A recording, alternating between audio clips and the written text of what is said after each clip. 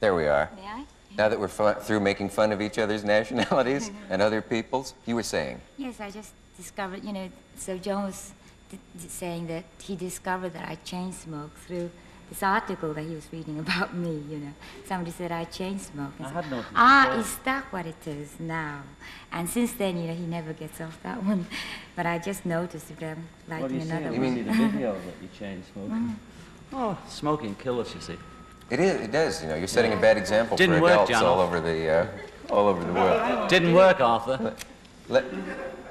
Does that ever happen to you, that you find out something about the other from something you read rather than Oh, actually... sure. I mean, I began to suspect she chain smoked because every time I kiss her, I burnt my chin. But,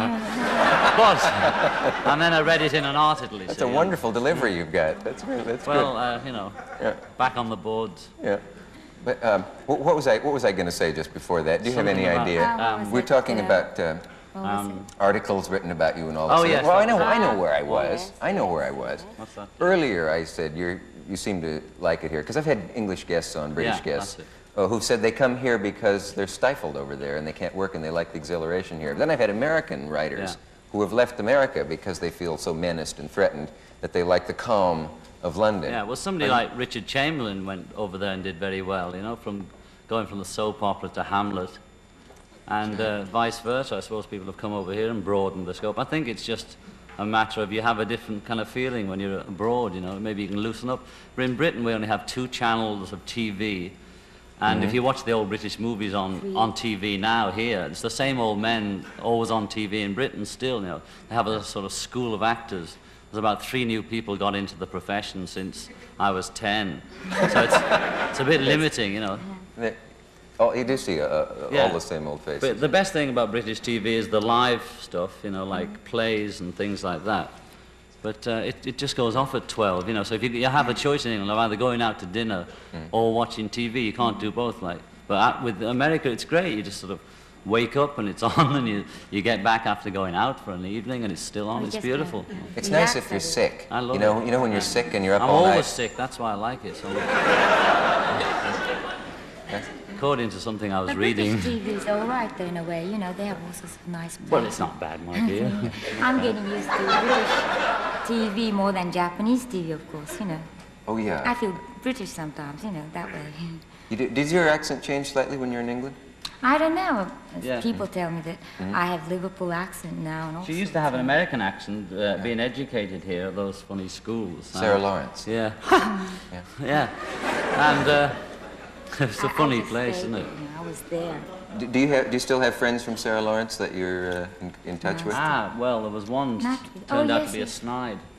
Tell him about that. A snide? No, well, you see, a classmate of mine, sort of about 2 years ago, that was when we weren't really that famous that we were together, but we were It was just the first article in America on us both since we got together. It was very important for me, actually, because I was introduced to America through that article, and she was a classmate of mine, so I thought, oh, that's nice. So she came, and I thought, well, you know, since we are friends, so I should cook for her and all that, and I made a nice lunch for her.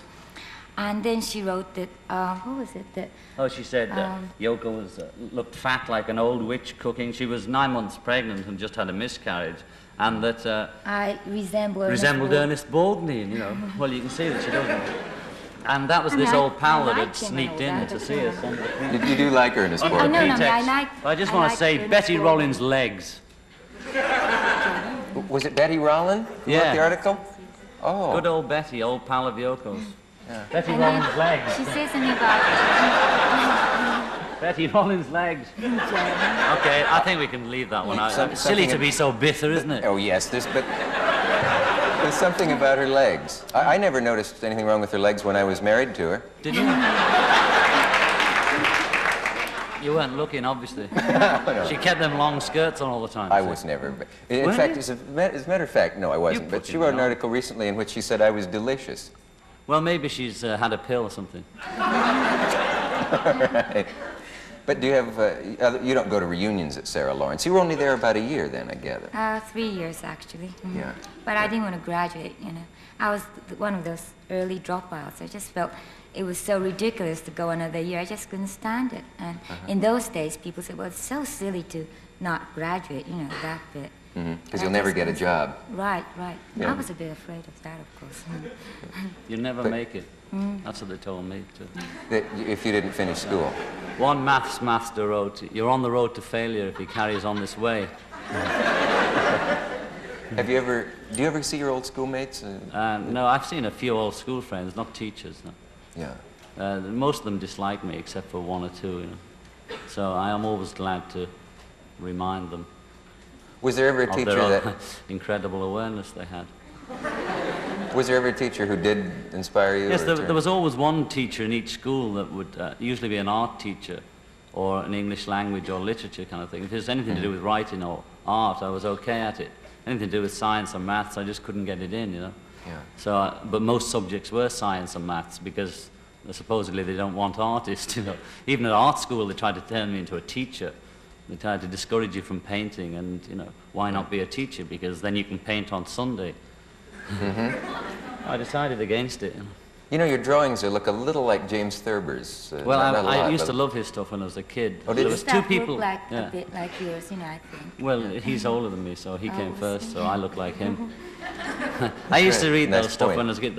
Three people I was very keen on: Lewis Carroll, Alice in Wonderland, Thurber, and an English drawer, or whatever you call him, called Ronald Searle. Ronald Searle. Oh, we get him over here. Yeah. So when I was about 11, I was turned on to those three. When I was, well, I think I was about 15 when I started Thurberizing the drawings. You know. Oh, yeah. Yes. That was my imitation of Nigel Bruce, one of your actors. I saw. Oh, really, Holmes? Remember he played Watson in the Sherlock Holmes movies? Yes. Oh, really, Holmes? It's dynamite, usually. Ella Fitzgerald, dear Watson. You thought it was Ella Fitzgerald? No, Ella Fitzgerald, dear Watson. That's a pun on Oh, elementary. Elementary, my dear Watson. That's I get right. it, yeah. Ella Fitzgerald. That's known as wordplay. Yes, I'm Oh, I always can playing play with that. myself. Sure. Betty Rollins' legs. Our local station. We will be rolling further after this message from our local station.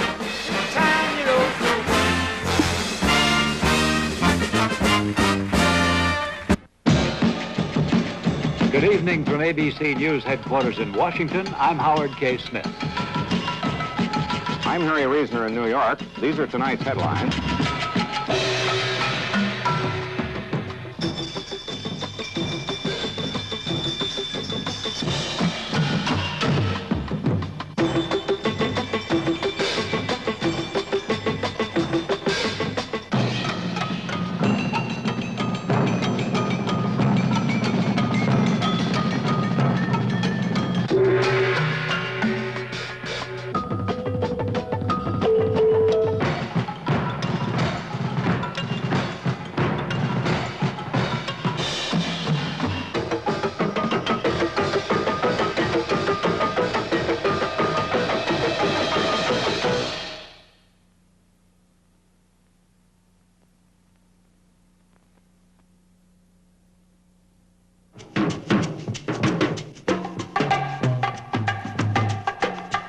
ABC Sports brings you the action, pageantry, and thrills of collegiate football.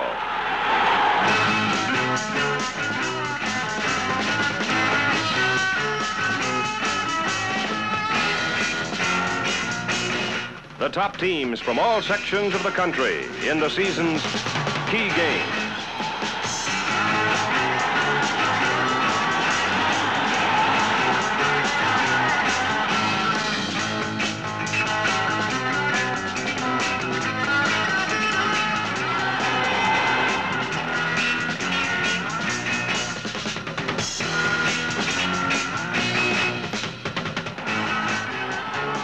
NCAA football every week on ABC.